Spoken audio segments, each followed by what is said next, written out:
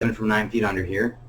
We're going to do another doll tag. I saw this one on Sea Hedgehog's channel. I'm not sure who is the first person who did this one, but I think it was somebody else.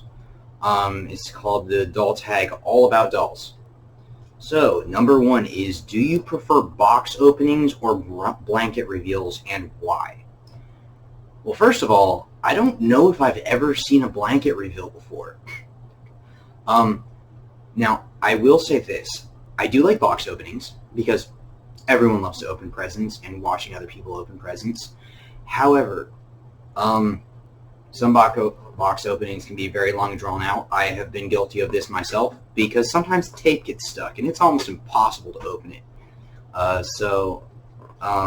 Yeah, a blanket reveal would probably, I'm guessing, if I had to guess what a blanket reveal is, I have a doll. Like Houdini, and the doll is like suddenly there, and then you show it off. Yeah, that would be kind of like, okay, well that's a bit anticlimactic because it just happens out of nowhere. I mean, I'd like to have a little bit of suspense, you know.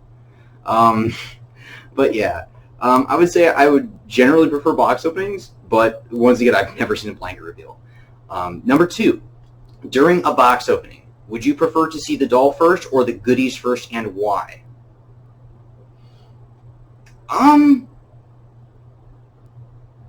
I mean, if I have to have an opinion on this, I would say maybe the goodies first, maybe the doll first. I'm not sure. I mean, it depends on how like badass and cool the goodies actually are. Because if you got this like elaborate, really cool costume for your doll, yeah, I'm gonna want to see that last. I'd like to save my dessert for the end of my meal.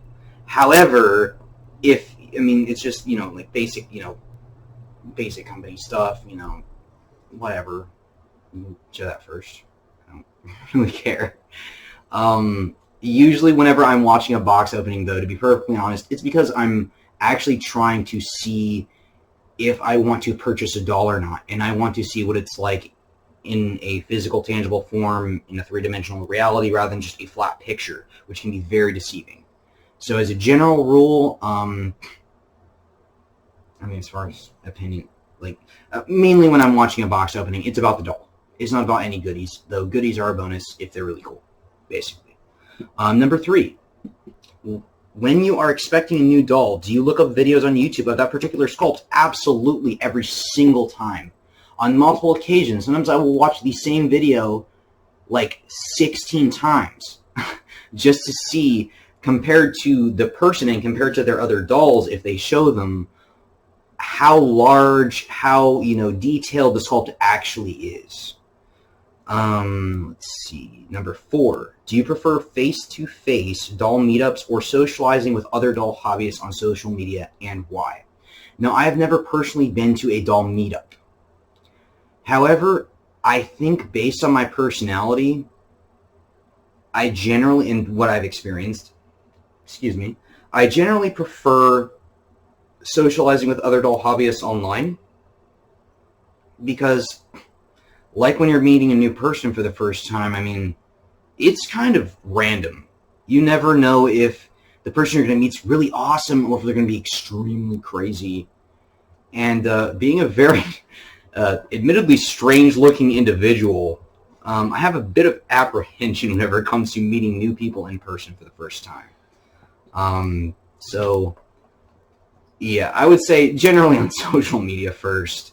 Doll meetups, I am looking forward to eventually going to them, but it's about, you know, a matter of them being in my area, you know, being able to afford to go. There's a lot of things involved. So yeah, as a general rule, I prefer socializing on social media. Number five, do you prefer awake or asleep dolls, and why? As a general rule, I prefer awake dolls, because asleep dolls you can only take pictures of when they're supposed to be asleep. Now, it makes sense if you're purchasing a doll to buy both a sleeping head and an awake head, because that way your photo stories can be more detailed, because you can take pictures of them when they're doing different things, obviously. I think that one is kind of a universal. I mean, unless there's someone that has all sleeping dolls, and I'm not exactly sure why you'd want all of your dolls to be asleep all the time, but and number 6, do you prefer smilers or non-smilers, and why? And I would say, beyond a shadow of a doubt, non-smilers. Smiling dolls definitely approach the uncanny valley. My personal opinion, and this is not to insult anyone who owns smiling dolls, just that you're aware, I kind of find smiling dolls to be a bit creepy.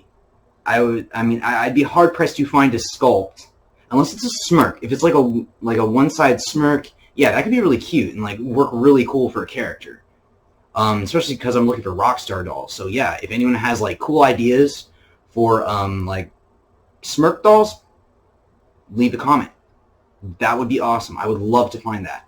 But as far as like actual, just like, I'm sorry, it's creepy when I do it. Like no. Right. No. Question number 7. What do you look for in a reborn doll? It doesn't actually apply to my situation, so I'm going to go ahead and skip to the next question, which is the last question, number 8. Do you prefer telling everyone about your doll hobby? Why or why not?